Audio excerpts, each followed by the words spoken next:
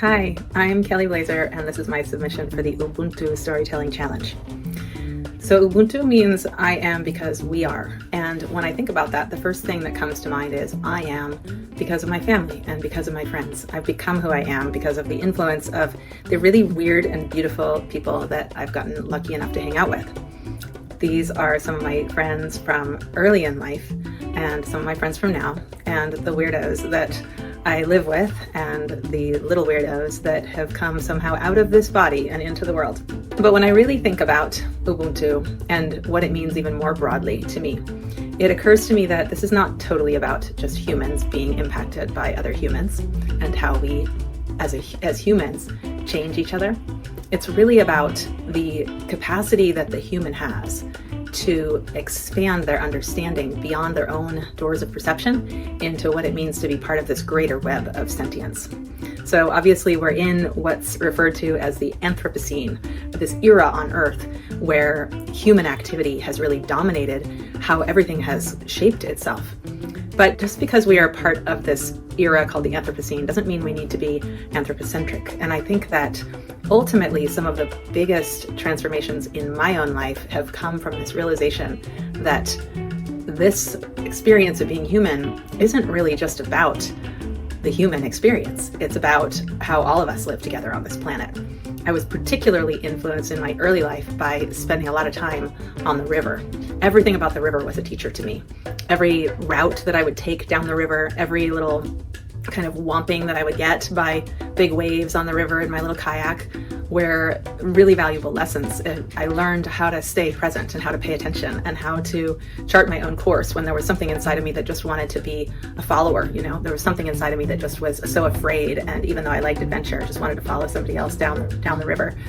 Little by little, I started to learn to trust myself, to follow my own lines, to be able to look at a rapid and kind of see the exit, kind of see myself at the bottom of the rapid unscathed, and to visualize that instead of just being like caught up in terror about what could happen, which often does in high adventure sports become a pretty big feature of one's experience, you know, just anxiety and fear and thrill and excitement. And for some reason, probably largely because of meditation practice, I started instead to kind of draw back from that energy and instead start to feel what it would be like to just be present with the river and let the river carry me and learn from those energies. So similarly, in my family, a big feature of my experience has been dance. I fell in love with my partner dancing, and I remember having a similar experience. There was so much about him that I didn't understand. He's Cuban, and I am a very Northern European descent white girl. And getting to be with him was a really unexpected, beautiful surprise in my life. And I noticed that any moments where I kind of lost presence when we were dancing, we would disconnect and I would not be able to follow him. Or, you know, we primarily were speaking Spanish, and when I wasn't totally present, I wouldn't be able to understand what was happening with him. And as parents, the same thing goes on now. When we get really tripped up, it's this, fear about the future, fear about the past. And when we stay present with each other, there can be a whole lot of joy. What I realized really is that I get to build my life around presence. And that's not something that was trained in me as a kid. And so I've really cultivated these practices of staying present with the earth and with my lived core level experience of being on the planet. And then in order to do that, there's just so many things that had to fall away.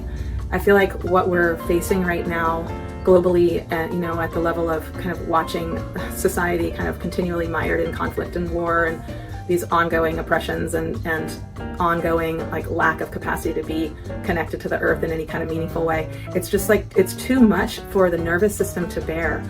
So building in practices of dance and meditation and somatics has for me, it's had to become the center of my life. Spiritual practice has had to become the absolute center of my experience and the work that I'm doing in the world.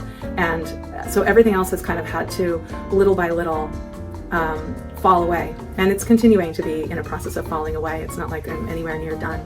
But I'm just so grateful for the insights around what presence is and can be. When we're present with each other, everything unfolds beautifully. We let go of control, and the healing energy that's kind of inherent to consciousness itself ends up directing the show. My final note on this Ubuntu topic is just so much gratitude for the peoples, particularly of Southern Africa, that this phrase has come from, and all of our ancestors who have lived deeply in relationship with the earth and have had this intuitive, deep understanding of what it means to have your human experience centered in something that is beyond human, and that is like in recognition of the fact that we are nature and there's no division between this consciousness and the consciousness of any other sentient being. So with great gratitude to the Southern African people for this concept of Ubuntu. I am because we are. Pledge to the earth. I promise to be good to the earth and to all life on this planet, all doing things, all kinds of animals, and all tortures of people. I promise to protect all life on this planet, to live in harmony with nature, and to share everything fairly, so that all people can live with one another in good health and in peace.